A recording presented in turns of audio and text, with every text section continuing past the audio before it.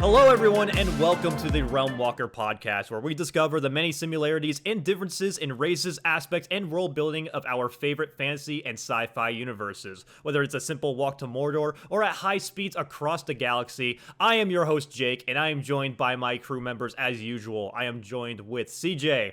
Hello, everyone. And Ethan.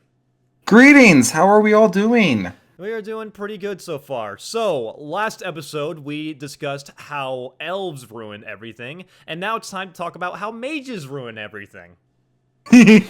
So, today's episode, we're going to be talking about mages, the various different types of mages, magic users that are across the different types of media, be it video games, movies, tabletop games, etc. So, let's go ahead. So, as we typically do, we usually like to start off with Tolkien, as they are the main inspiration for a lot of fantasy, especially fantasy. But in this case, I think it's appropriate to go ahead and start off with Dungeons and Dragons, because they have appropriately divided the different types of mages in a pretty coherent way, I would say. And they differentiate them in a way that kind of makes sense for everyone to kind of see how different they are. And a lot of times, whenever you kind of like read the description of how these types of mages are, you can kind of point, and it's always like a combination of a lot of these types of mages. So, just to list off the categories right now, we have wizards, warlocks, druids, sorcerers, clerics, and paladins, kind of a similar thing, and bards. So, wizards are typically ones that dedicate their lives to studying and learning how to control magic through intense focus and boring-ass study. We have warlocks that made pacts with a demon or a deity to achieve the powers that they have. In exchange for the powers, the warlock is bound to do the bidding of the patron, and they are sworn to them when they are needed. We have druids. And players who play warlock are then very surprised when the DM pulls a monkey's paw. Why are you surprised by this? Yes, well, Ethan, you are not a Will fan from Baldur's Gate 3. Hey, I didn't really get a chance to bond with Will. I'm sorry what happened to him, man. And then we have druids, which are nature magic that the caster has from their connection to nature. This usually results in a large amount of elemental spells and the ability to transform into animals in some cases. We have sorcerers, which all the wizards hate because they think they're cheating. So They are. rather than studying magic, these casters were born with their powers, and they can attune to the powers that and create a sort of mutation with it. And then we also have clerics and paladins who have holy magic that is blessed to them by a god or a deity. And this is different from a warlock because rather than being given the powers through an exchange or through a pact or some kind of deal, the powers that are given to them are blessed. They're given these powers to do, to kind of do with as they will. It's the god's choice to bless them with these powers. And then finally, we have bards, who their magic stems from increasing or decreasing buffs or debuffs for a lot of their friends and enemies, and it usually comes from instruments. And this is also something that we can see a lot of times in real life as well, but we'll be going into that later. So these are the main categories of mages that we've seen all across different types of media, and I think D&D definitely splits them off pretty well. They definitely do a better job of differentiating mages than they do with martials in D&D, personally. If D&D does one thing great, it makes it very easy for you to compartmentalize any character you really like a lot into one of those categories. Do you want to talk about artificers as well, or do you want to separate that for its own thing? No, I personally consider artificers their own thing. Okay, that's fine. That's definitely a whole episode in and of itself. So that's totally fine. So I think starting off, we can talk about the different types of mages, the ones that are very popular in a lot of media. So let's start with wizards. And specifically, I think when it comes to a lot of media, especially the ones that are popular, it's always typically a combination of wizards and sorcerers. because they share a lot of the similar aspects. Like if we start with the stereotypical wizard of, studying, going to a school of magic, then I think Harry Potter is a pretty appropriate place to start, because that very much is they're called wizards, obviously, but they also are very similar to sorcerers because they are born with the powers. They are born with the potential to become wizards to begin with. They are not, yes, they are not wizards in the traditional sense. There is no way for a muggle, a no-mage, whatever your preferred term is, to be able to access magical power. You just have to be born with it, but it's much like, it's kind of almost like a martial art, or just a blessing that you have to be able to train and then be able to use it better. Exactly. And I think a lot of it was popularized. The whole idea of a school of magic or a school of magic users is a pretty popularized concept in a lot of fiction as well. And that's something that we see quite a bit, and not just in fantasy, but also sci-fi as well, because we also see with 40K, we have the difference between, there's always the difference between mages that go through studying and go to a school of magic and mages that don't. Because we have, in 40K, we have sanctioned and unsanctioned psychers, and how vastly different they are from each other. Yes, the unsanctioned psychers are generally seen as how the Middle Ages would view a woman who actually knew how to count more than 10. It is not uncommon for them to be burned at the stake, or worse, sent aboard the ships to be used as fuel for the God Emperor. I don't know. That's kind of a pleasure. They only accept 1,000 people a day. Yeah, it's an honor to visit. Yeah. Didn't it go up from 1,000? Recently, yes, because slight tangent. The Golden Throne is falling apart. The more I know, the more I get into 40K. Yeah. The Imperium is doing great, isn't it? Fantastic over here. But yeah, a lot of the times that can also be because psychers can also be attributed to sorcerers as well, because psychers are born with the potential, correct? That is correct. As the residential psyker of the group, I can confirm they in fact are. And yeah, that kind of goes into the whole idea of like, well, where exactly do these powers come from? Because the powers come from a lot of different places, but I think the most agreed upon theory is that it always comes from a different type of world. That being stuff like the warp, the weave, the fade in some cases, comes from genetics. The force is another form of magic. It's always coming from some kind of subspace, some kind of like invisible, but also it's invisible, but people still know it's there. And there might even be some cases where you can go into these worlds, and there's like a vast amount of knowledge and there's a vast amount of energy that's within them, but there's also a lot of stuff that is not very good in there. And that's kind of depending on whichever universe you get stuck in, it is very mixed on how you can be perceived as a witch and wizard and how justified that perception can be. Yeah, and that also kind of gets into how a lot of mages are seen within these worlds as well, because on one hand, they can be seen as incredibly powerful and masterful people that are able to control elements and magic and are be able to create things, but at the same time, they're also horrifying abominations that can create fire from their hands. And that is incredibly dangerous.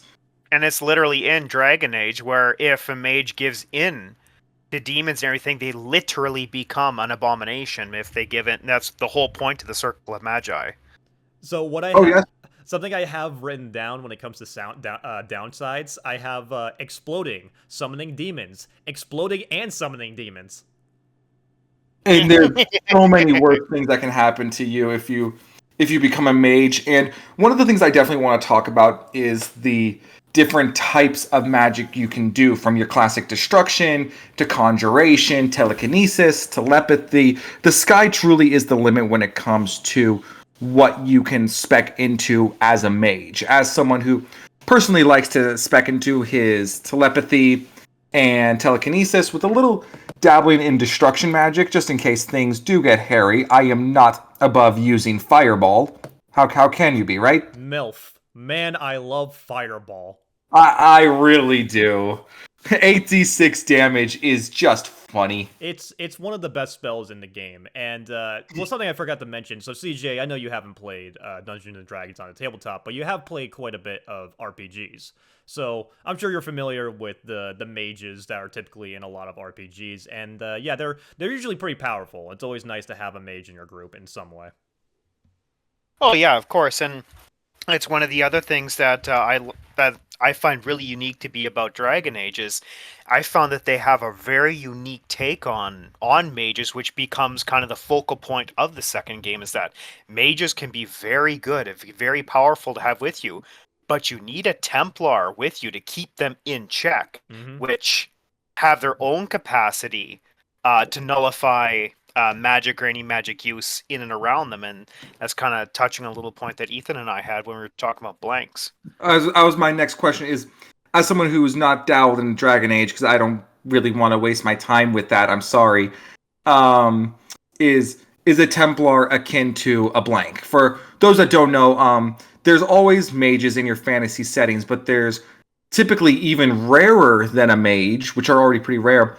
Is what's commonly referred to as a blank or an anti-mage is someone who is naturally hyper resistant to magic, be it through genetics, relics, anti-magic armor, any number of reasons that mages are seen as such terrifying monsters that the blacksmiths who make the anti-magic armor are entirely justified and typically funded by the government Mm-hmm. to persecute them and ensure that there are safeguards against them, because it'd be like having safeguards against any type of weapon. Yeah, well, that kind of comes in because if you want to make a good universe for almost anything, I think it's always important to make sure that there is a counter to everything, and that includes mages. While mages are very powerful, there is always something that can take them out. Even the X-Men, which I think there's a large amount of magic that's going on with the X-Men and with a lot of Marvel in general. Like the collars, there's always something that can muzzle a mage. And Dragon Age has actually things like that where they have tranquils. And tranquils are sort of akin to blanks in a way. But they're not. Basically, The thing is, they're not born that way. Like when you're made tranquil, you are put through that by force. yeah, Like you're given the option. If you can choose that, but a lot of characters refer to being tranquil in Dragon Age as worse than being dead it's because it cuts you off basically from more than magic. yeah, it's a magical castration basically. Oh, it hurts you more than magic because I don't think, if memory serves me correctly, I don't think you can even dream. And dreaming and the fate are a big aspect about Dragon Age 2, and you don't have any emotions. Like you're completely a white slate. Mm-hmm. That you have no emotions, but well, there are a few tranquils that have mentioned that they are at peace because of it, and that they don't have to worry about their emotions. So it is a double-edged sword in some cases. Yeah, But and that and Now, that really picks up from Origins to two. Like in Origins, you have I think his name is Wayne, or something like that. Guy with a W. When you go through the Circle of Magi quest line, and you ask him like, "What's wrong with you?" and he explains how he's at peace. He's a tranquil. But then when you go to Dragon Age 2, they make being a tranquil just this horrifying fate that you wouldn't wish on anyone. yeah, and it's also very different. That's actually something I kind of didn't like about the second game because I kind of like the ambiguity where you could just make up your mind on what being a tranquil is like. But well, something that I do also want to mention is because there are some cases, because there are universes where a lot of times, the magic is always a select few are chosen that can actually utilize magic. But there are some cases where everyone kind of has a magic ability within them. It's just dependent on whether or not they want to pursue it. D&D is an example of one because wizards are people that have dedicated their lives to studying magic, and they've wanted to like learn magic their own way. They've been reciting spells. They've been dedicating their whole life to learning it and just cramming. They're the high int of the party, and it really well, I think Elder Scrolls actually has quite a bit of that, because doesn't every race of some sort have like access to magicka? Pretty much every single race, yeah. And some are obviously have a higher affinity to it, like Bretons and High Elves, and the Dunmer to an extent. But then you have ones like Orcs, like the Red Guard, who obviously can cast a spell if they want to, but it's also a cultural aspect of things like magicka is what it's called in Elder Scrolls, is much more culturally imbued with the high elves as opposed to the orcs, which are all about obviously combat and heavy armor, fighting with your bare hands, fighting with two-handed weapons, where it's a much more fight-based culture. Okay. Magic tendencies, while especially in D&D and in a lot of fantasy settings, typically do tend to lean into various races more than others. And while it's not uncommon, it's pretty rare to find them in your brutish races. But that Yeah, in sometimes it doesn't mean that it's not always a case, because there is always a case where there is at least some kind of psychic ability or magic ability that is in play. Like even the orcs in 40k, even though they are like a very brutish race and are all about crumpin, they have weird boys, right? Like that's the Yes, mages; they those do. are the psychers of their group, and they all have a collective psychic ability where whatever they collectively agree on can happen. And that's kind of what it's. While it might be goofy, this and it absolutely is goofy, but it is an ability that they do have, because they do have a connection to the warp in that regard. They are well, all very minorly psychic, and their power of belief is required to have a lot of orcs collectively agree upon something in order for it to actually matter and and then actually we have also have impact. the Gazkul Thraka book to thank for introducing us to Ogren psychers. Yes, Ogre and Psychers are canon thanks to it. So even in like your trolls or your ogre races, it's also possible for them to become psychers and wizards and spellcasters. Mm-hmm. They're not going to be as strong as an elf. Every race has their strengths and their benefits. Quick side note: do we want to talk about quick hacking or no? We will later. Okay, cool. So yeah, and a lot of that is always coming from a different type of place. Like it's always, if the world allows for it to kind of leak in some kind of regard. And well, World of Warcraft is like that as well. But there's always the race that kind of starts it, right? Like the elves are usually the ones that are mostly akin to magic. They're the ones that kind of start with the magic, because much like a lot of other things, elves like to screw up a lot. Um, so yeah, it's always started from the eldest species that kind of pass it down. Um, and that's a lot of wizards, and especially sorcerers, because sorcerers and wizards, they are similar to each other. The main real difference is one is born with it, the other learns it, and you see a lot of the combinations between them. Even our resident wizard of Gandalf in Lord of the Rings is technically a sorcerer, Yeah. because he's born with his powers. They are deities in a sense. They are like born with their powers to kind of go. And while it is a combination of the wizard, because they do learn and specialize in them over time as well, and he does have the wizard drip. He does. The wizard drip is very important. Yeah. So Also, question below for everyone: hat or hood? Which one? hood at low level, hat for high level. Okay. Yeah, I would agree. Comment below. Just Yeah. give us your opinion. Wizards below. Comment below. Hat or hood. You will be There we go. judged.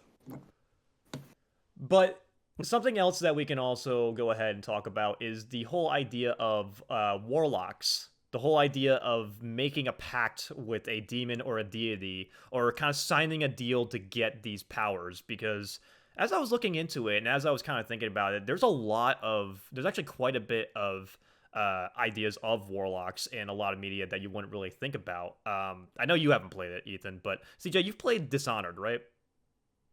Oh yes, I love Dishonored. Yeah. So the whole idea of Corvo like making that pact with the outsider and like even getting that mark on his hand, it's very warlock coded because he's like, hey, I'm gonna give you this power, and I'm gonna give you like my abilities and my abilities to teleport, and he basically becomes this warlock assassin to kind of get his revenge and clear his name. Yeah, because you're given all sorts of abilities. Because it's obviously with Corvo as a silent protagonist in Dishonored, it's kind of hard to say he made a pact. It was more along the lines of the way the outsider works, just on a short tangent, is he only really communicates with people he finds interesting. As long as you're interesting, as long as you're special in some way, that's the only time he'll communicate with you, because other characters have tried to communicate with him, but he didn't deem them, quote unquote, worthy to do it. So Corvo, obviously, being a protector of the former Empress and being actually lover of the Empress too, and then being massive spoilers for Dishonored, but be completely betrayed. I mean, the game's like what, like It's over 12, 10 years. 12 years old now. So It's yeah, a great that's game. kind of You on should you. totally play it. Absolutely, I should play all of them. One Made by two, Larian, right? The Outsider. No, No, no, it's made by Archetype Arcane. or Arcane. Oh. Yeah, Arcane. Rest in peace, by the way. Yeah, Live Redfall really screwed them over. But yeah, but that's what I'm saying is that when he is with the outsider grants him his favor, which materializes as the mark on his hand, which gives him the ability to possess possess people, possess small animals, being able to leap a certain distance at like a kind of a teleport kind of thing. It's really interesting the kind of abilities that you have in a steampunk aesthetic. And that's where I would really think that's where a lot of warlock powers kind of differ from like clerics and paladins as well, because the thing about warlocks, both warlocks and holy casters, I would say they both are similar in the sense that they come in a time of need. It's always whenever it's a perilous situation or you need help in some kind of situation. If I may bring up a fantastic warlock that I think does lead into in a time of need, Ganondorf. Yeah, very true. Ganondorf Dragmire of the Gerudo is inadvertently a warlock he's a warlock sorcerer, because for timeline, for those that don't know, in Skyward Sword, the timeline canonically, the first Legend of Zelda game, you forge the Master Sword and you use it to slay Demise and imprison him. And in doing so, Demise, the Lord of all evil, casts a curse upon the hero of time, the blood of the goddess Hylia, to always have to face an incantation of his wrath and hatred that would later be created in the form of Ganondorf Dragmire, the one man born every 100 years to the Gerudo tribe. And he was a great ruler. He was, sure, a bit of a tyrant, more than a bit, but he was persuasive. He was charismatic. The Gerudo, during their time when he first appeared, were struggling. And he wanted to make life better for his people in any way possible. And he manipulated the King of Hyrule into forking everything over and barely had to use force. So you're telling me a race of all women were struggling until a man was born to lead them out of it? Cut that shit. Cut that. All right. I don't want to get canceled by our second episode. What did they mean by this, Nintendo? Well, was it the race that was all women, or the race that was stuck out in the middle of buttfuck nowhere in the middle of the desert? Yeah, you guys can take that as you will, but yeah, that's a great example of a warlock. That is definitely a time of need, and definitely coming with a downside because I would say it's a difference between both the downside because they're usually maybe not always a downside, but there's always a favor. There's always a catch that comes in with it. No matter what the deity is, no matter who it is you're making a deal with, there's always gonna be a catch in some case And when it that comes to a goes warlock. for clerics and paladins as well. I mean, people say, oh, but a paladin is holy magic. And like, yes, sure, paladins are more melee focused. But if you look at it from a more meta perspective, paladins are seen as instruments of their god's wrath. And what is an angel but a demon that serves your god? Well, not only that, it's just the fact that you are, as a paladin and following that oath, you are dedicated to that oath. Yes. And solely dedicated, and that's why I think the whole Oathbreaker aesthetic is pretty powerful. That me, the Oathbreaker knight on my way, just wandering through the desert. He's just like me for real. But yeah, that's the whole thing is that there's always like that dedication, and I think that's kind of the downside that comes with almost all magic users is that there's always some kind of price to pay because even with wizards, like they are intelligent, but they usually lack wisdom. So they kind of go through these like bookworms, and that's kind of what ends up making them very. How often have wizards said the equivalent of "Nah, I'm different," and then proceed to make the same mistakes as previous wizards have? Yeah, and then in most cases, because of their connection to these other worlds, and because of their connection, because that's where magic comes from, they're not just hurting themselves. If they were just hurting themselves, it wouldn't be a problem. But the thing is that they're connected to these other worlds, and there's people around them. So let's just give an example. If there's someone who's like, hey, so I kind of screwed up with this goddess, and all of a sudden there's this bomb in my chest that could go off if you don't give me magic items to eat. That's not just a He has to eat his shoes. that's not a you problem. That's not just like a one person problem anymore. This is a collective issue problem that a lot of people have to worry about, and that's why the reputation of a lot of mages gets as bad as it needs to be, and that's kind of what justifies a lot of well, I don't know about justifies, but it's understandable the attitudes that we see with media, like how the mages are treated in Dragon Age, how the psychers are treated in 40k, and how the sorceresses are treated in The Witcher. A lot of it is appropriate in that sense because they've seen, like, normal people have seen stuff like this happen before, and they don't want it to happen again. Even if there is a magic user that has good intentions, a lot of people have just been burned out on literally on those situations, and they don't want to deal with it again. Going back to warlocks real quick, if I may give a special little shout out that actually does tie into our previous episode. I'd love to give a special shout out to Talion from the Shadow of Mordor series. Well, sure, not an official, Tolkien character. Shadow of Mordor is fan fiction flirting and not harassment like Rings of Power. He is still a warlock through and through, and he forged his bond with the Forger of the Rings, Celebrimbor, and he is far more powerful than ever before, with the catch that he's banished from death, which means that he cannot die, he cannot join his wife and son that was murdered at the Black Gate, but he can still keep fighting, but every time he dies, he still feels it.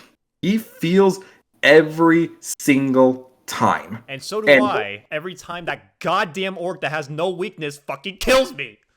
Oh yeah, been there. I've been there. See, you just gotta make him your friend. Yeah.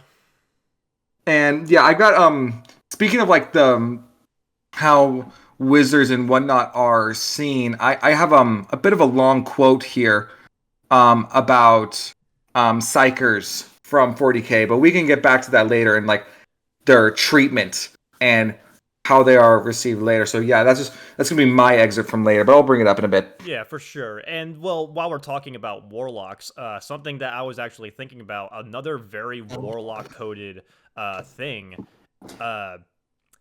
personas from the game Persona. in Oh, a shoot. Okay, when hang on. you really think about it, the whole idea, and we were just sticking with Persona 5. The whole idea is that personas, they come in a time of need, in a desperate time, and the whole idea is that let us form a pact, and I will give you my power. And after the persona users sign this pact, they are accepting themselves in a sense of like, hey, you are like this mongrel kind of person, why not just lean into it? And they kind of like accept these powers of personas of usually historical people from before. Like, just to use an example, Joker's persona is Arsene, who is the gentleman thief. Question. I've only played 5. How do personas frequently say the word "let us form a contract"?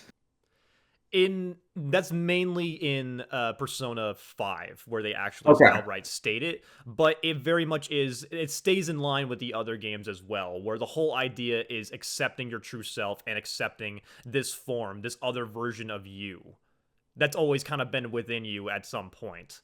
And there's always some kind of pact to play with all the games as well. Like, there's like a physical mutilation that goes in with it as well, because you get a mask that is grafted on your body, on your face, and you have to rip it off your face to get It's these powers. it's painful to Yeah, watch. it looks like legitimately painful to like see that, but once you do that, all of a sudden you get these powers that these creatures have. And this is also coming from another world as well. This is coming from the metaverse, because in the real world they don't really have these powers, but in the metaverse they're able to do these incredible things, like do backflips and fight a bunch Backflip, of the incredible things. yeah, and fight evil demon monsters and toilet demons. And don't that's a tame one. Yeah, we're not gonna talk about Mara. No, let's not, please. Uh, ugh.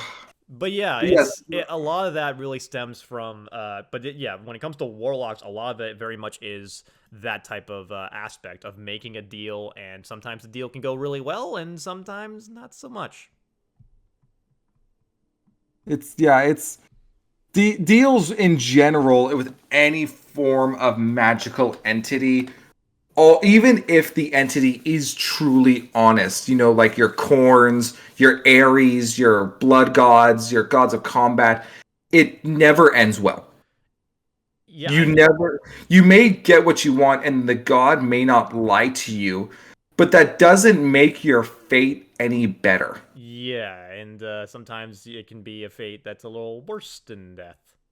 I Sometimes mean, it frequently is. Yeah. that's really pronounced with the Hearts of Stone expansion with Witcher, with Gontaro Dim making a deal with him. Oh yeah, exactly, and that's definitely making a deal, because yeah, that was. And we can I think we should also talk about Witcher as well. Remind me. Hold on, let me mute Ethan real quick. Okay. Oh, fuck. Okay. All right, so well, that is definitely a big portion that comes with Witcher as well, because a lot of sorcerers. I didn't mute you, by the way. I know. A lot of sorcerers and sorceresses that we see are usually a lot calmer, because in the Witcher series, there's the calmer magic users are called sources. They're the ones that have mastered their elements, because a lot of times when it comes to magic users in the Witcher series, they usually go mad with power and go crazy. But Yeah, the main ones that we know, which are Triss and Yen's better, by the way, is that a lot of the time it's always like they're known as sorceresses, by the way, and they're the tamer ones, but yet they still have to hide. That's why when you're in Novigrad, they're always seen with hoods, because they're trying to stay anonymous and make sure that no one is looking for them, because Radovid is kind of a piece of shit, and because his dad died from a sorceress, right? uh, I would have to double check that. It's been a solid while It was since it happened in the second game. It was Penelope that killed his father, I believe. I'm gonna have to do more research on that one, because it's been a solid minute since I played Witcher 2, if that's where it happened. Yeah, and Witcher 2 is not the greatest of games, honestly. No, the controls, and I know how Ethan feels about bad controls. The controls are not great in Witcher 2. Yeah, Witcher 2 is a rough one, but Yeah, and that kind of goes into the attitude of yeah, sorcery, and just not even just like mages in general, because there are quite a bit of different there's a few different variety when it comes to the mages in The Witcher. It's a little bit more like simplistic, I would say. Because even in The Witcher, like seeing an elf in The Witcher is pretty rare.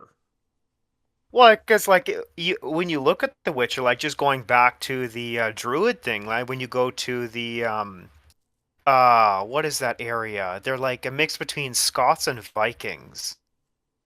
Yeah, oh, Skellige. Oh, yeah, the Skellige Isles. You have druids there, which Yeah. that a lot of that is based off of all the nature magic. The main guy, again, I'm blanking on his name, is even wearing a crown of branches. Yeah, I know the guy you're talking about. You recruit him at Kaer when, like, right before you find Ciri. Mm. And yeah, there's definitely different flavors of magic as well that you see quite a bit in The Witcher going through. But since we're talking about druids, we can talk a little bit about druids as well, which are the typical ones that you see quite a bit when it comes to nature magic, when it comes to elemental magic. So obviously, something we forgot to mention is that wizards are typically going to have the highest variety when it comes to different types of magic. Absolutely, Yeah. because since wizards are studying and not born with it, like or given a pact like a warlock or like a sorcerer or warlock, respectfully, they're able to then pick a form that they choose to learn more about. Or a study. They're able to say, yes, I want to learn how to master elemental magic, and they can do that while having no, be it genetic or patronage inclination to the other way. Yeah, it's basically like their reward for going the hard way. Because every other thing, while they might get it easier and they might have access to stuff that not every other uh, form of magic user has, the wizard has the largest amount. That just kind of comes with dedicating a lot more of their time to it, and just kind of the overall vulnerability that they have with their combination of arrogance and lack of wisdom. Whereas Hmm. druids, they usually are coming with a lot of wisdom. Druids are usually the wisest of all magic users because they're ones that are very attuned to nature, and they're ones that have. I was gonna say live in the streets, but they live in the wilds, and they know the grasslands, right? Yeah, and especially with a solid knowledge of your local flora and fauna, because they're usually the ones that have a solid grasp of alchemy as well. Yeah, and that can be, and that's actually something because we see that a little bit with Morrigan in Dragon Age as well, and like witches can also be classified in that regard. Yeah. So a lot of times it always comes with a lot of knowledge. It also comes with some old language as well that are very um, they can also be seeked out for healing. You know, druids are kind of the ones that are seeing a lot more of a natural medicine because they're the ones that are going to be healing and attuned to nature because they are in most cases very like caretakers of the wild. And since we're talking about druids and it comes with a lot of elemental damage and elemental magic, we can also talk about another thing that kind of has a mix. It's a mix of like sorcerers and druids as well. Is Avatar: The Last Airbender and just the Avatar saga in general. A lot of that is very much taken from druid type of abilities. Yes, atonement and awareness of one's spirituality is very much a key factor in a lot of the different bending forms, especially with airbending.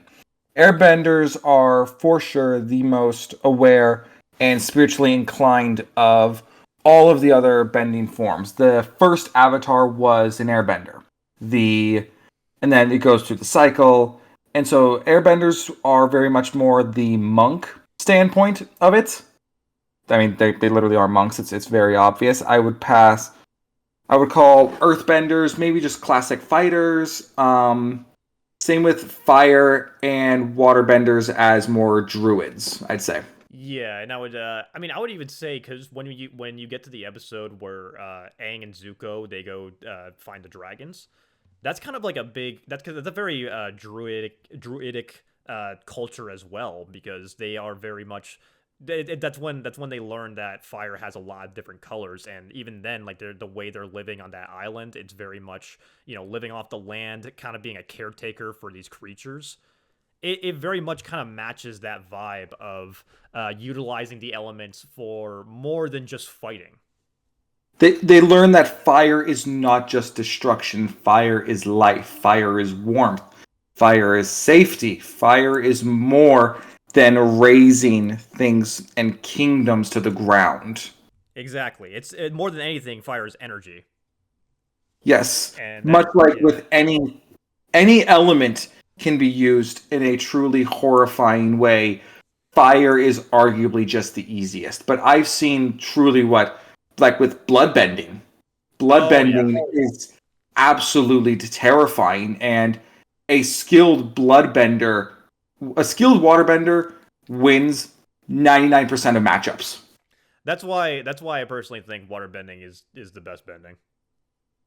And if you CJ hasn't seen Last Airbender, sadly, because again doesn't watch good stuff. But for if he doesn't know, when someone's water bending or earth bending, it means they are able to move much like a martial artist and able to control said element.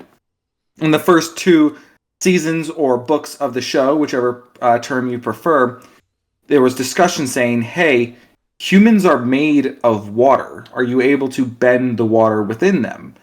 And the showrunners took that head on, and it's absolutely terrifying. It Yeah, is something straight out of The Exorcist. It is. It's like you're being possessed by a demon. the It the is. that lady's name is Hama, right? I don't remember, but it's shown, and Katara actually uses it, and I know a lot of people hate Katara. I don't see the reason. I think, yeah, she's a bit of a whiner and a complainer, Well, but the it's the not people without being justified. the people that don't like Katara are the same people that don't like Jace and Arcane. They just don't understand it. Probably the case. Yeah, but you know what? Well, speaking of Jace, we can actually get to that in a second as well. But yeah. So what would you say? What would you guys say? Like, would is your favorite elemental just a magic spell in general? Would you say? Ooh, I mean, I already said fireball I earlier, mean, but fireball is fun. So yeah. to not be so cliche, give me a moment. I'll think of one. I do like. So here's the thing, a bit of a tangent here. One of my personal favorites is actually Create Water, because one of my favorite books and realms to visit was The Martian. Have either of you read it? I have read it. Yes, read it and I saw have the And not. movie. I find his comment on how he said when he played D&D in college, he thought the spell create water was absolutely stupid, and he says, "When would I ever use this? What I wouldn't give to be able to have it now." When he's stuck on Mars and he has to learn how to make water in order to grow crops. And I just that kind of always stuck with me. And whenever I was a DM, if I were to be a DM, I would absolutely find a creative way to reward people to create water. Me, me thinking that create water is a useless spell. I meet Karlak. Where is create water? what do you think, CJ? What would be yours? I have to go back to Skyrim with Ice Spike, honestly. Okay. Ice is a very underrated element to use. Ice is really cool. Yeah, like ice is always usually akin to water as well. Well, the thing for me personally, it's as a Canadian, obviously, and where I am, I'm very attuned to the cold, and it's cold from about November till about March. So obviously, being around all the ice and snow and everything, it's something I've come to love personally. I know it's not everyone's favorite, but the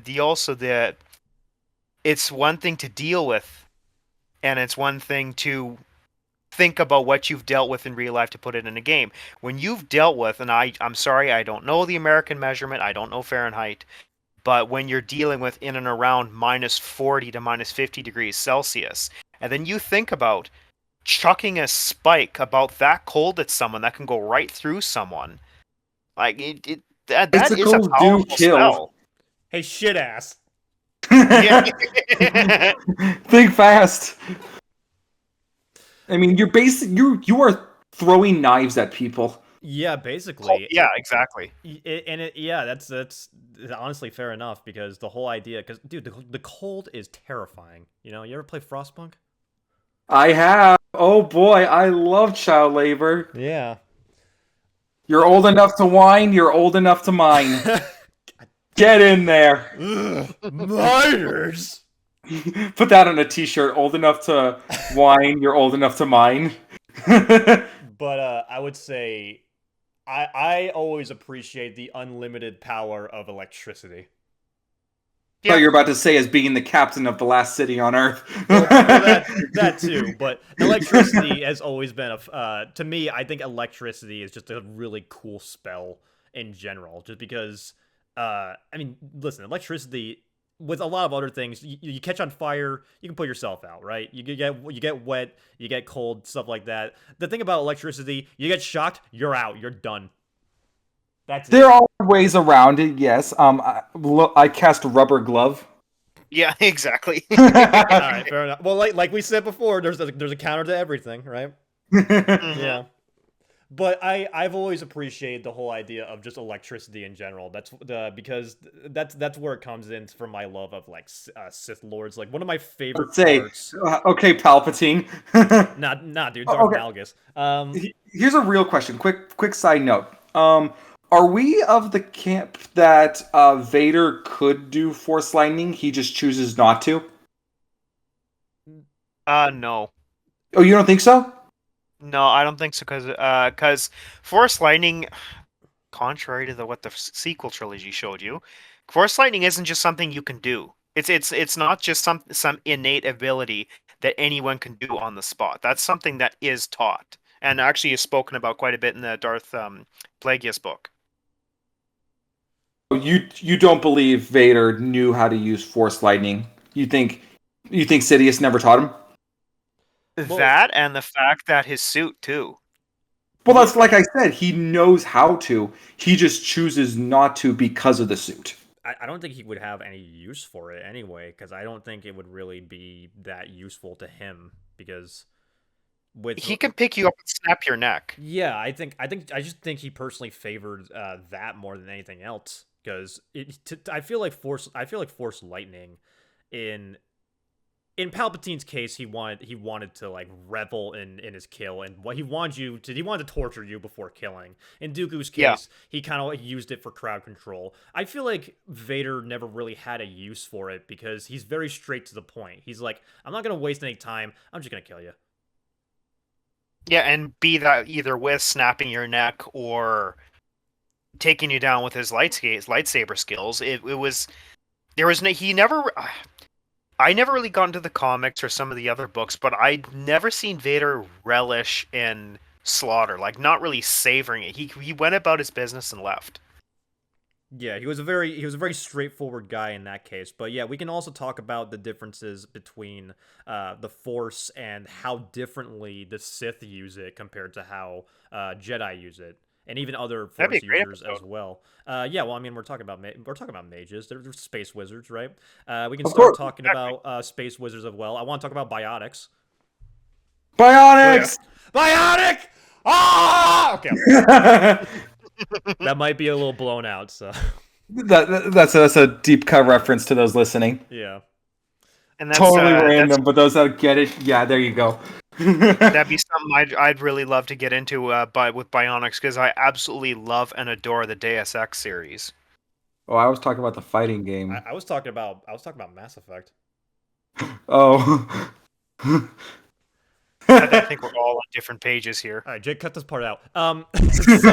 So all right, Jedi and Sith. So they use their powers very differently, and obviously we see quite a bit. So telekinesis is the obvious one. So every Force user kind of learns how to use telekinesis at some point, and then there's a lot of because the way we see Jedi use the Force is a very more concentrated kind of way. It's a way of, and I think we see this best with Yoda because he's very focused. He's very like attuned to it, and he's kind of like, I wouldn't even really say that he's because obviously he has dedicated his life to the Force, but he kind of has a little bit less. Like I'm sure he does have like a lot of intelligence, but he has a lot of wisdom as well. So he kind of goes a mix between both a wizard and a druid in that case. I mean, he does end up in a swamp, and going into like what the Force is used for. If you cite Attack of the Clones as mid as the prequel trilogy is, and I'm being nice with mid, you remember that the younglings are first shown to be practicing using the Force as a foresight tool and to aid in their reflexes.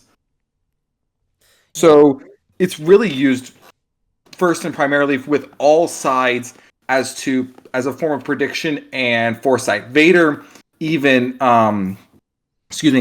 calls it in the second Thrawn book, which is really just like a 2 time period buddy cop story where during the Clone War Anakin is working with Thrawn, and then during the Imperial era it's Vader and Thrawn working together. This is a sentence, right?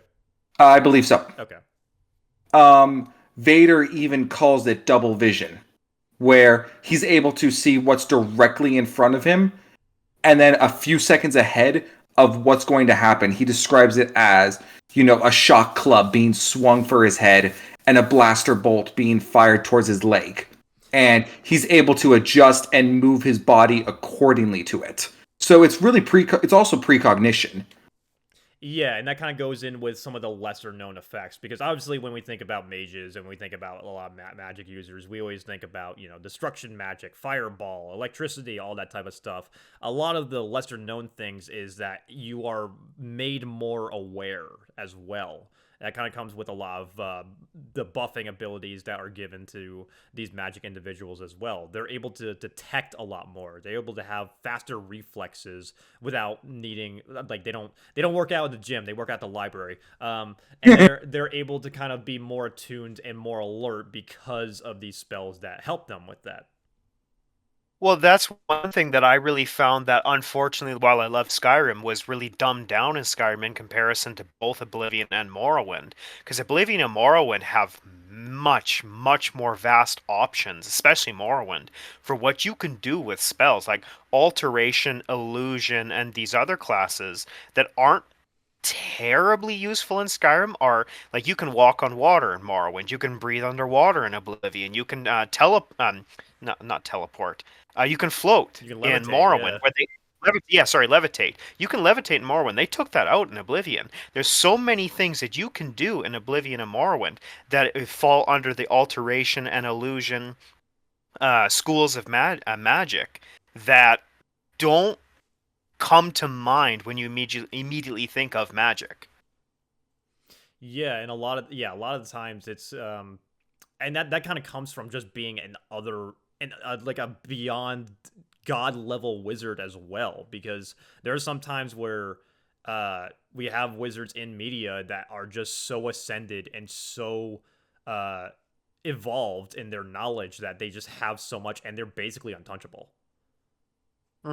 So, and that's kind of what makes them very terrifying as well, is that because a lot of the times it's always one guy does it, and now every other wizard thinks that they're gonna fucking do it. Yeah. Nah, man, I'm him. I'll do it. Yeah, I can do this. And most cases they are not him. So let's go ahead and talk about the warp real quick. Oh joy. I got my passage pulled up. This is.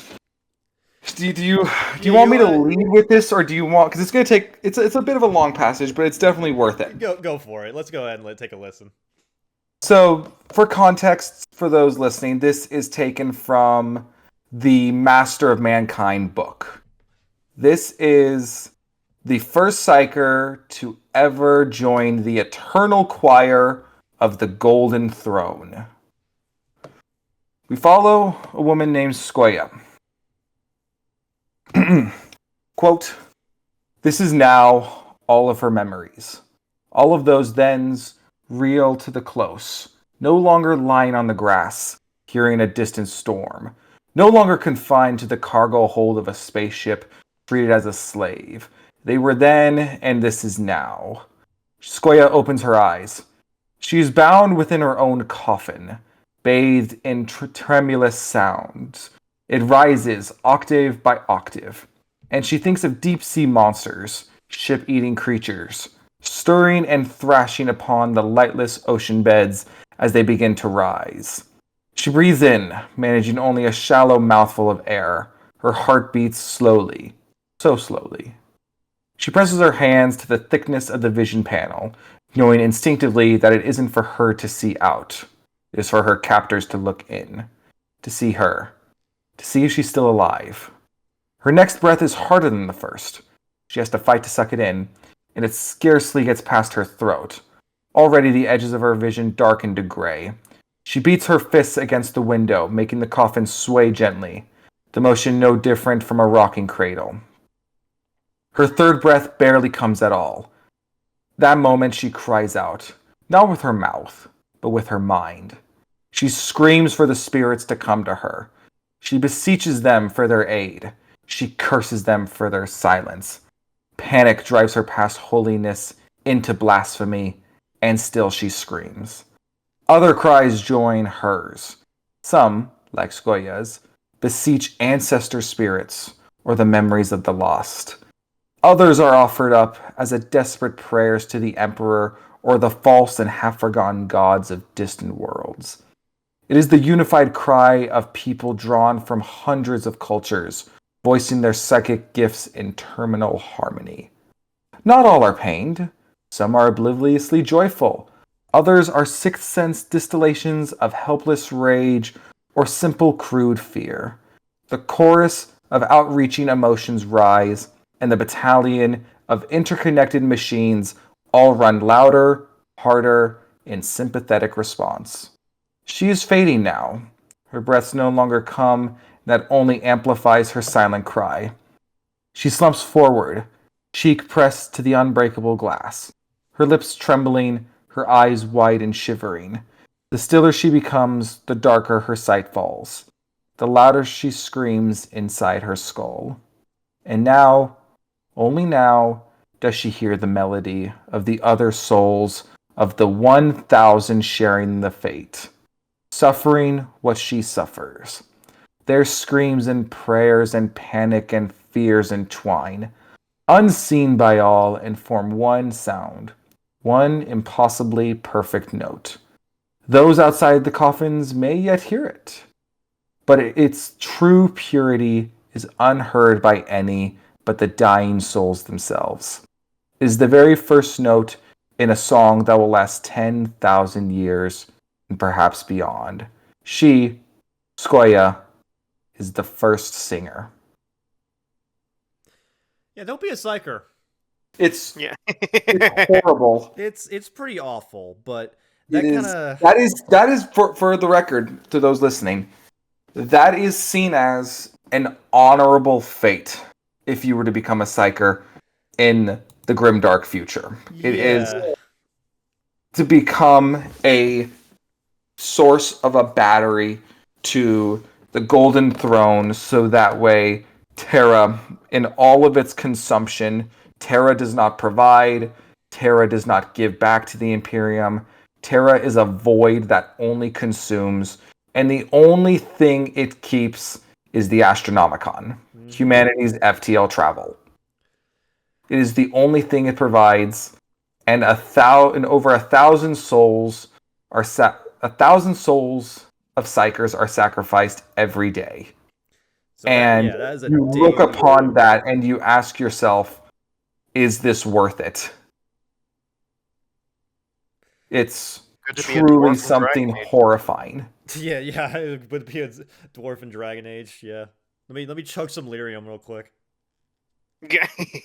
Well, that's one thing. I just sorry to go on a tangent there, Ethan. It just when you because you asked about Templars having an innate ability in Dragon Age like blanks.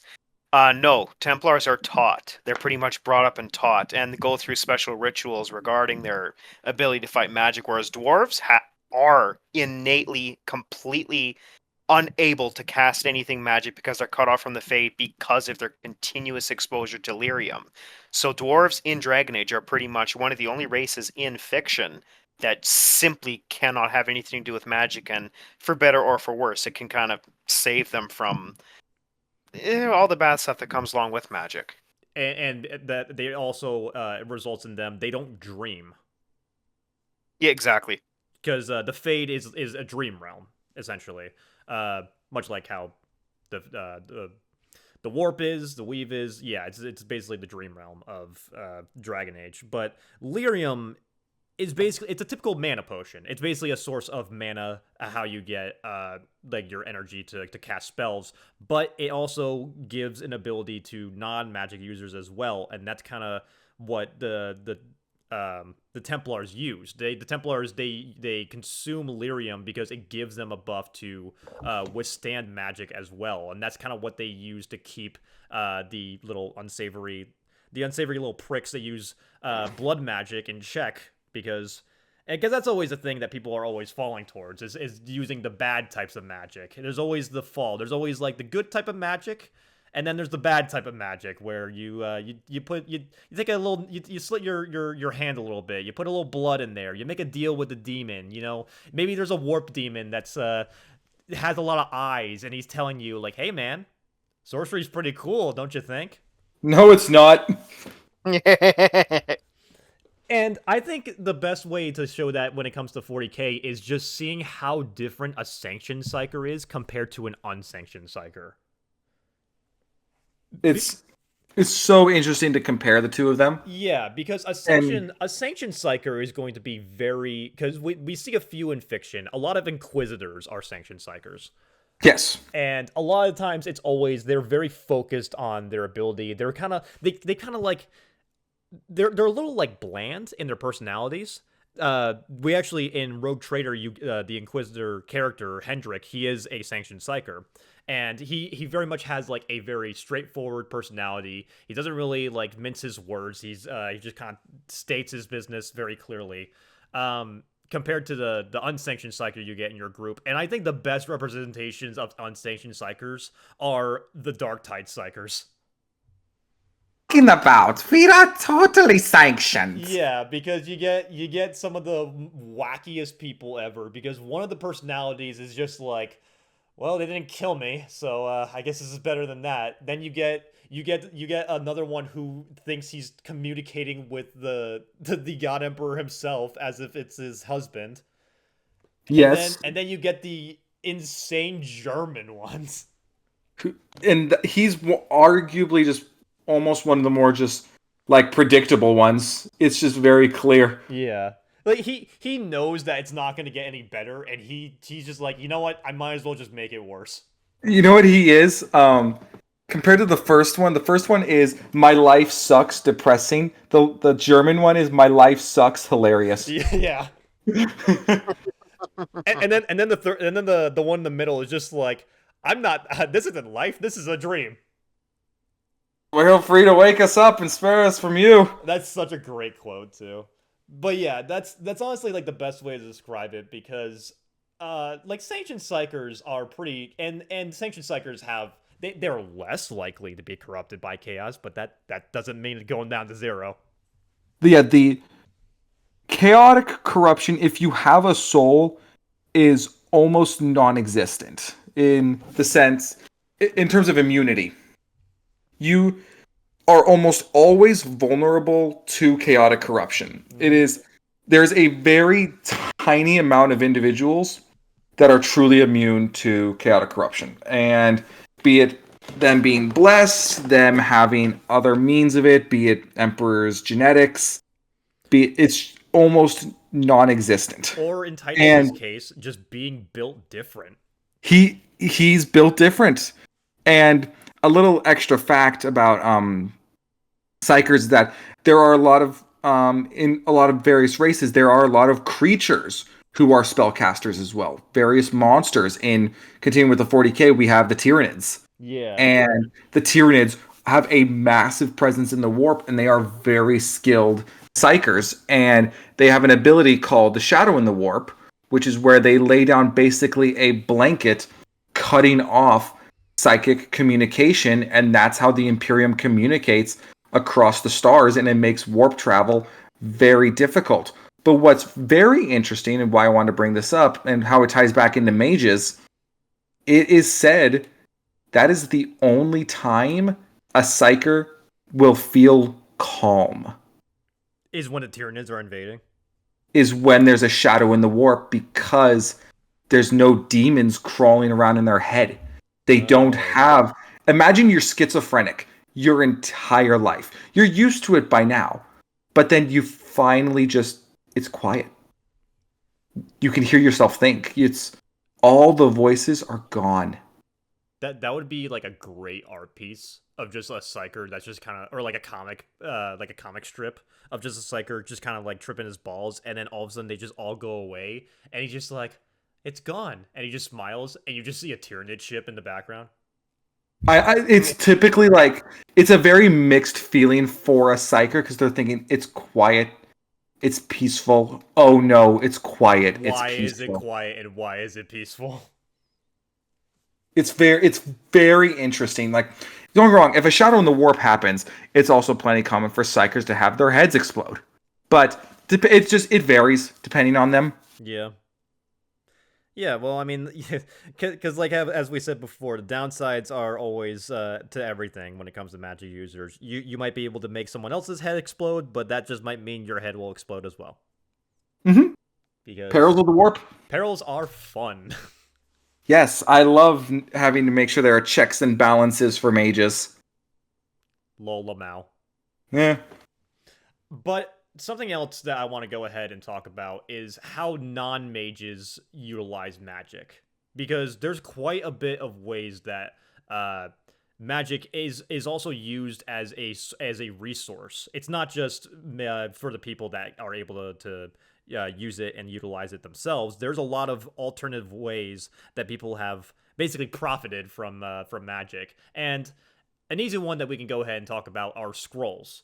In games like Elder Scrolls and in D&D, spells can be imprinted on scrolls, and they can be recited by the reader to utilize, and it usually results in the scroll being destroyed. It's a one-time use.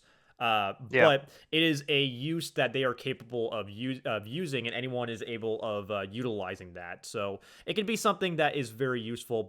Or alternatively, a scroll can be used as study. If a wizard sees a scroll, he'll be like, "Ooh, I don't know this spell yet," and they can write it down in their spell book. So it's a very finite resource that can be utilized in many different ways. I am always feeding them to the wizard.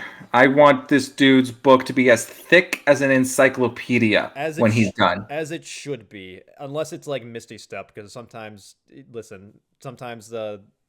someone needs a Misty Step at a decent point. This is true. I get out of jail. But see, here's the thing though. I'm never giving Misty Step to the wizard, because I'm always making sure the wizard knows it to begin with. You should already have Misty Step to begin with, because it's honestly like a top 10 spell.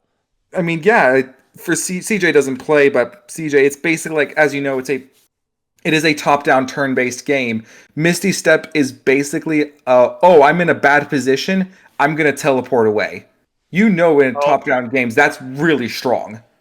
Well, we were talking about Dishonored. It's Blink, essentially. Yeah, pretty much. Yeah. But another way, because we talk about scrolls, we also have in both The Witcher and in Warhammer Fantasy, we have signs for The Witcher. So signs are very simple spells that Witchers are capable of using, where they recite signs and they do something like Igni, which gives them a little bit of a fire blast. They have Ard, which gives them a little telekinesis, basically gives them a force push. Quen, which is a shield. Yeah, that you will be using a lot in that game. Yes. It's a little too good, to be honest. It's busted. And then you also have Yarden, I believe, which is the trap one, which slows opponents down. But they're very simple spells. They're not going to be anything that's incredibly destructive, so like stuff that Yennefer and Triss are going to be able to do. But they are things that are very capable of utilizing when it comes to hunting monsters, because Witchers need to think on their feet, and sometimes there's something that's weak to fire or that you can push back. It's always nice to have something like an ace up your sleeve to kind of utilize whenever your weapon's not in your hand. Using a force push to knock a monster off a cliff is just as valid as taking its head off. Fus Ro Da, motherfucker. Exactly. But the dwarves as well, because in Warhammer Fantasy, much like Dragon Age, dwarves actually aren't able to use magic as well. So to counter-react that, they have these things called rune lords, where because they're, as dwarves typically are, they're akin to the stones, and they live in their holes, diggy hole. They are able to utilize these runes that have magic powers, and in a similar way to signs, they recite these signs and they recite these magic kind of rituals to utilize these spells as well. So it's kind of more of just like having these copy and paste spells that they are capable of using and utilizing them in different ways. Mm-hmm. So yeah, it's pretty cool. It's then we also get into magic weapons as well, which magic weapons. Oh, magic weapons! I can talk about this for hours. We could also do a whole episode where we all compile like 10 to 15 magic items or magic weapons, and we just talk about them. Well, something I do want to mention when it comes to magic weapons is that this is where a lot of paladins come in, and even a little bit of clerics as well, but like especially paladins, because their magic ability usually stems from the fact that they are increasing their melee abilities. Yes, they are the up-close frontline tank with a side order of healing as well. They are the guys who will get stuck in the middle. You want like your big old like claymore and your slab shield, and you want to be up there in the middle, and you don't want to play like a barbarian, and you don't want to be a bland bitch who plays human male fighter, Jake. And I play monk, all right? I know, I'm teasing. But you don't want to, do the Reddit guts build because you actually want to, have some fun with the game and actually do something creative. You play Paladin. That's what you want to do.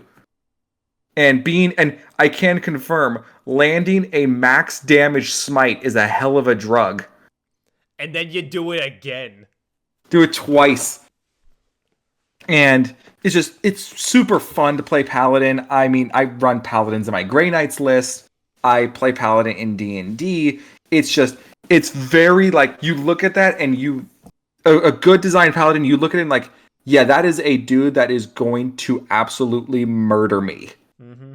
And I will not be able to hold a candle to him in almost any form of combat. Because not only can the Paladin hit like a truck, it's tanky as hell, and it heals. It is a combat specialist. Yeah. And sure, it may not be specialized in ranged attacks like various like, bows and crossbows. They do have a few ranged spells. Not as many as their melee, because it's typically, channeled through their weapon. It still is. They still have at least a few of them. And if you play Dragonborn Paladin, you have my respect. And that kind of comes from the differences that come between both paladins and clerics in a way, because I would say paladins are the hammer, whereas clerics are more of a beacon.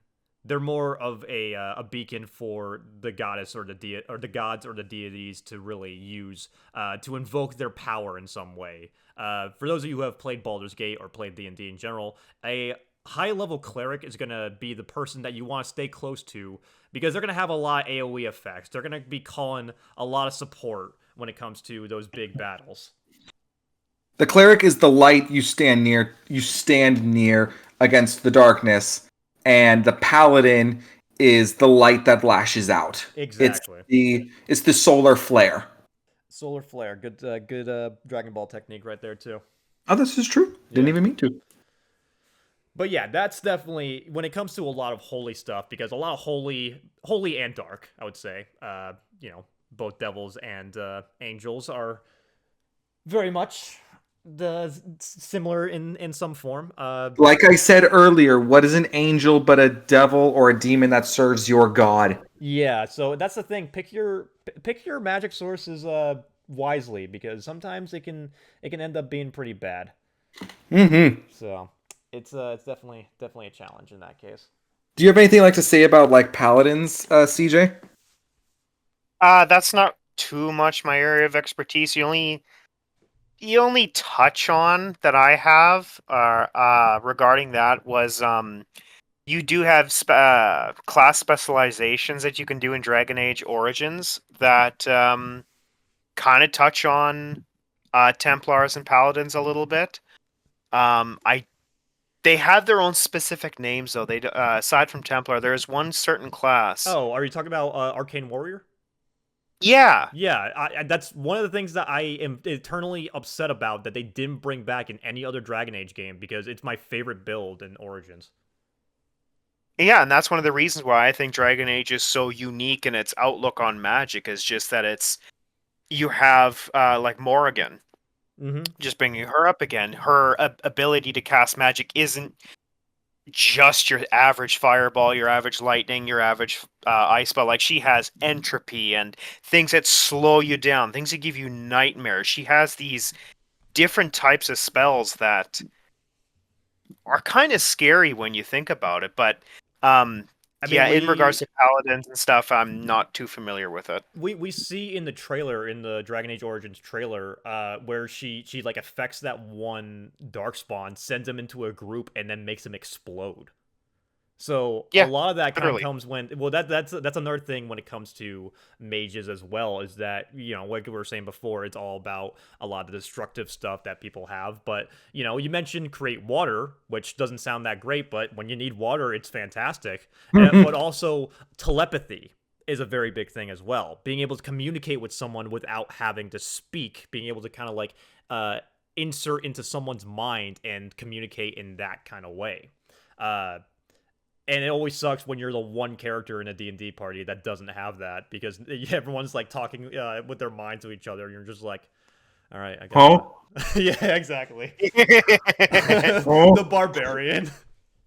this is the barbarian. It's fine. The barbarian wouldn't have understood it anyway. It's okay. What are you guys talking about? Don't worry about it, big guy. Okay. Okay. Okay. Okay. Huh? Yeah, there you go. There you go. But yeah, that's very much in play as well because they also have spells that make things easier for them as well. One of my favorite flavor text things to do when I was playing a wizard in a D&D campaign is I used Mage Hand to bring my food to me. Peak laziness. Yeah. And because Wait, Mage Hand is like a level 1 spell slot though. Still. listen, we were rested, man. I was like, Okay, that's fine. Never yeah, mind. I was like, I want to use Mage Hand, and he was like, you know what? The DM was like, you know what? You get inspiration for that. That's great. So yeah, just being able to kind of utilize different things for which can be used for battle tactics. It's nice to be able to talk to someone without having to shout it out. It also helps out the animators as well because they don't have to animate lip flaps. This is true. This is very true. Yeah. So and a lot of that is akin in just making things a lot easier. But something I do want to talk about because we've been kind of bouncing back and forth between like fantasy and sci-fi. One thing I do want to talk about is a little bit more of some sci-fi mages as well, or sci-fi-esque mages, because I want to talk about biotics in Mass Effect because Yes. that's a very big thing that goes on as well. So there are some races that are obviously going to be more akin to magic, and in Mass Effect's case, it's the Asari. The Asari are the ones that are most akin to magic.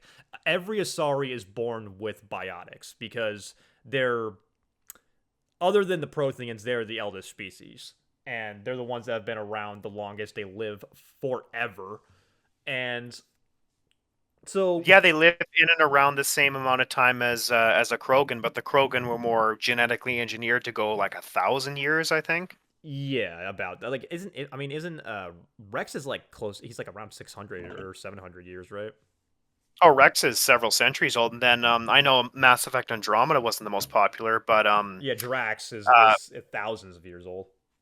Yeah, so while the Krogans aren't an old race, they can obviously, if they're not killed off because they're a warrior race, but they can go for centuries and centuries and centuries. Yeah, but another thing is too is that no race is really exempt from being a biotic in Mass Effect as well. Even though there are some that are rarer, Tally mentions before that there are Quarians that are biotics, but they're incredibly rare just because they spend so much time in the flotilla, and that's mainly because biotics come from something known as Element Zero in the Mass Effect universe, which is Yeah, a Ezo. element. Yeah, Ezo.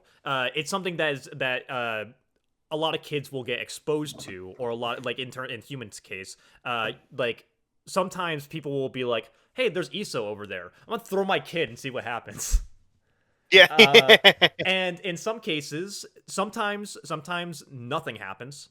Sometimes they'll just be like, you just have a kid that's covered in element zero and nothing happens. Sometimes they get terrible migraines that grow into tumors. Sometimes they develop these biotic powers. So basically, to do the math, 1 in 10 humans, like human kids, will develop biotic talents from the exposure. Mhm. And Well, though, especially when you have sorry, I just want to interject in regards to when you have special cases, like quote unquote special cases, when they're tested on, like Jack. yeah, and that was like the two sides of the same coin when it comes to Cerberus. So, well, one I want to talk about first is Caden, and like because when you do have these biotics and when you're actually born with the potential, you can amplify them with cybernetics as well with implants. And a lot of the times it kind of comes with just being able to evolve. It's like, okay, well, let's boost these abilities that are inside your body already and make them even better. And Caden actually uses an outdated one that gives him migraines. Yeah, and that like what's their there was kind of sort of a cure for that when you have an extensive use of biotics. That what they get hand you kind oh no, I'm having a stroke here, man alive. They give you juice box, like they give you something to eat and drink, Mm-hmm. and that's quoted in Mass Effect 3 when you go and rescue Jack is when all those students in Grissom Academy when they're using all their abilities, she tells them to sit down and have a juice box and everything. So it is implied that overuse of biotics can overheat you. Like it can have some negative effects Yeah. besides headaches. And that is one thing that always kind of upset me about Mass Effect is that there wasn't really any. There's not a lot. I think there's a little bit of it, but there's not a lot of dialogue depending on the class you choose for Shepard. Uh, No. because when you can be a biotic in the game, but no one really remarks on it, and there's not really a lot of history on how powerful you are as a biotic. I imagine you're like probably somewhere around Caden's level, just to say that least. But like, because you meet a lot of powerful biotics, and like we were talking about before, Jack and Miranda are two sides of the same coin when it comes to Cerberus and like how they got their exempt like their extended biotic powers because Miranda was created. She wasn't born normally. She was created to have everything about her be genetically perfect, and that includes her biotic powers that was funded by Cerberus. And she got a lot of benefits from Cerberus. And then we have Jack, who was captured, tortured, and tested to be the best subject for a human biotic. She is probably the most powerful human biotic that we meet in the games. Like in regards to as a human being or overall. As a human being. Because if we're Yeah, because talking the strongest biotic, it's Samara, who's the Justicar, who is I was just about to bring up Samara. yeah, because the Justicar is basically just an Asari Super Saiyan, Yeah, pretty much. and that's kind of comes because Asari fucking are so cheap, man. Cheap in what way? They're just so freaking powerful. Yeah, I mean, for crying out loud, if you want to use the term defective, and the defective Asari are literal soul stealers in a sense with the Ardot Yakshi. Like they're the defective ones. Even the defective ones Oh boy. can Okay, basically so drain you. yeah, well, we can. That's another thing. That's another thing that goes into the downsides of magic users, and that goes into Mass Effect as well. So, Ethan, have we ever talked about the Ardok Yakshi? Maybe? Okay, so there's a genetic defect. So, Asari, I think we've mentioned this before. Asari can mate with any species. And they are seen as conventional. It's implied that their appearance is different depending on who looks at them. That's a theory, but they are considered attractive by every race, even races that have very different looking that aren't humanoid. Correct. So they The child will always turn out as an Asari. It doesn't matter what mate the Asari has. Whatever Krogan, Turian, whatever, the child will always turn out as Asari. yeah. Interesting. So they don't mate the same way like biologically. They do it through something called melding where they join minds together and through that a child is conceived. So, in This have to do with mages. well, I'm getting to that. So Okay. there's a genetic defect that's very rare for Asari, but whenever they go through that process, what ends up happening instead of like both of like the minds of the people being equal, it goes all the way to the Asari, and they basically absorb the entire energy of that person. So God. you know what happened? You know, like in X-Men, like when Rogue kissed her Zapped boyfriend. strength. Yeah, it's So basically is it that. a physical or is it a soul absorption? Are we talking like a Dementor's kiss? It's like a soul absorption. Yeah. How are the bodies left physically afterwards? Are they perfectly intact? Are they I think we're ever drained? What are shown. we? Huh?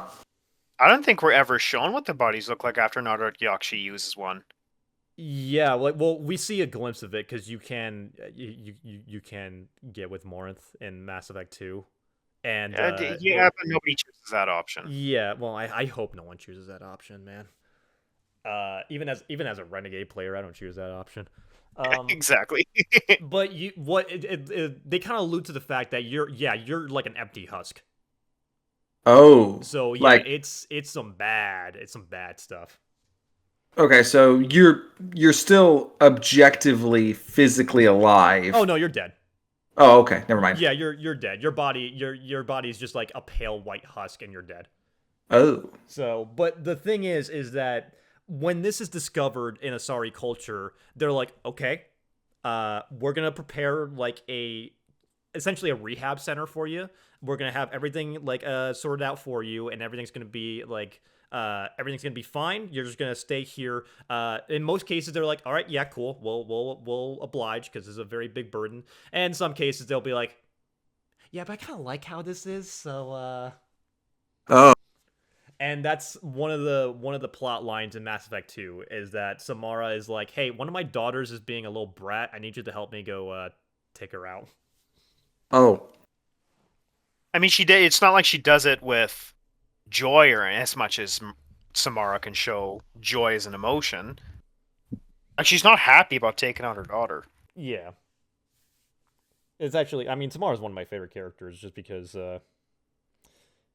she just kind of holds a lot of pain in for being because she's like close to thousands of years old, right? Or over 1,000.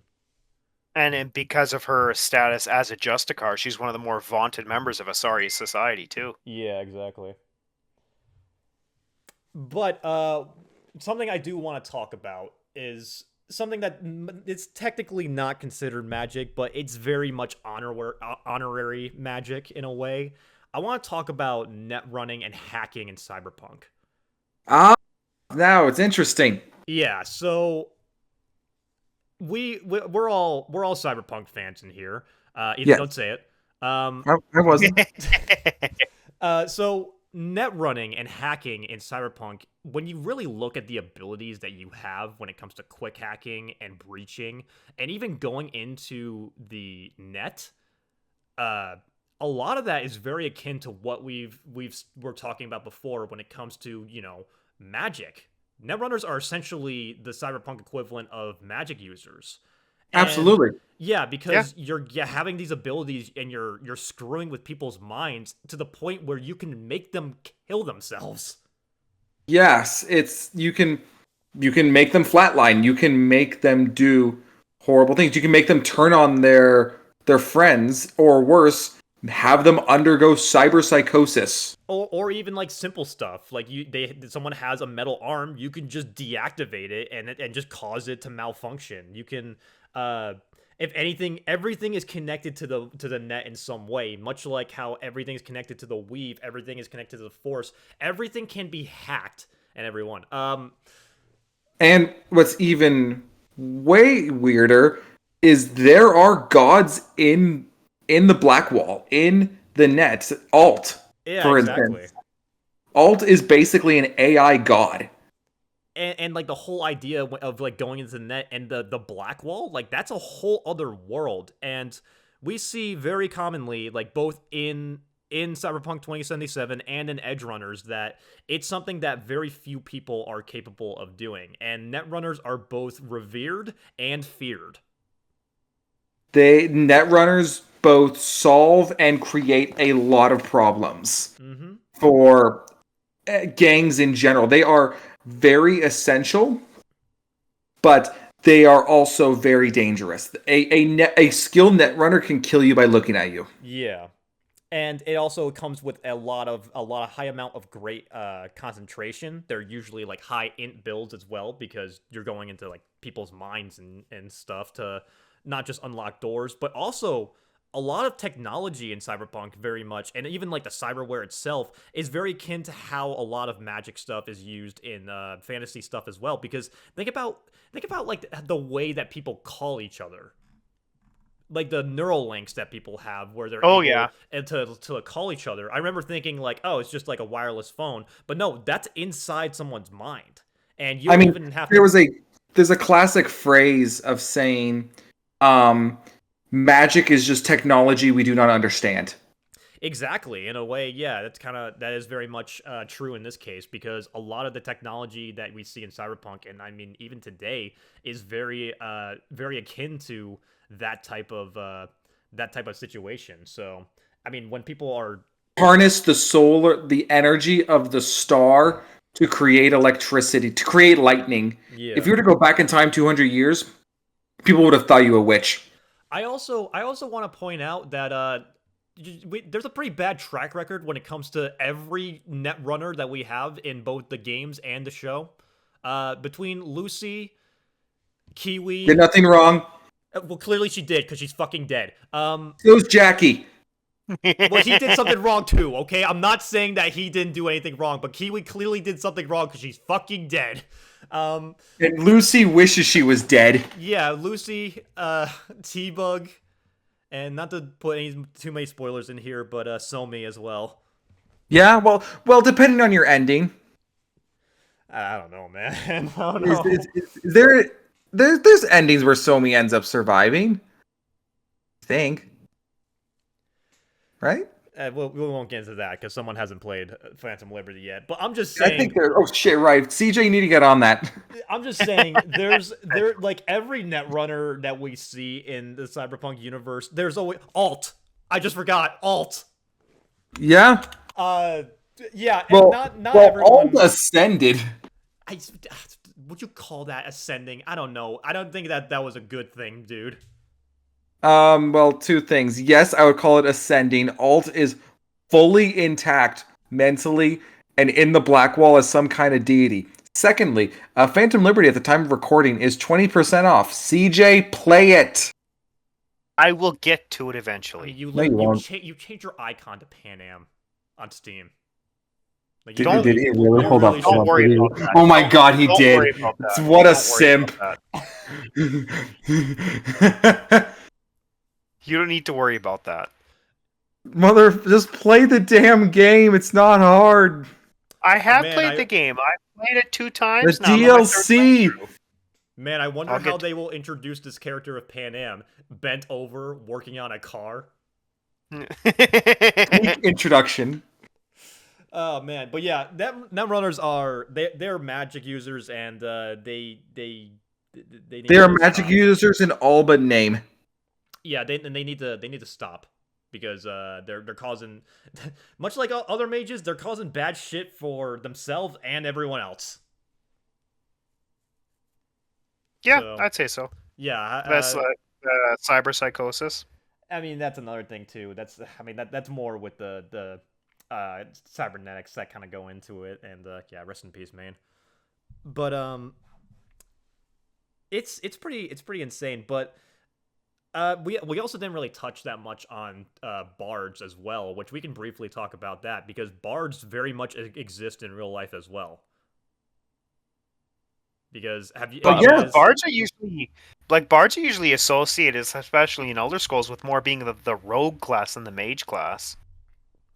Yeah, but I'm just saying in general when it comes to bards, because the whole idea of a bard is inspiring and putting their teammates up, and I feel like that very much exists today as well because that kind of comes from you look at very old school battles of revolutionary times, and there was always a drummer, there was always someone playing the flute to kind of Yeah. keep the spirits up in a way, and if you ever go to a concert or ever hear a song that just kind of gets you feeling good. It can evoke emotion in a way.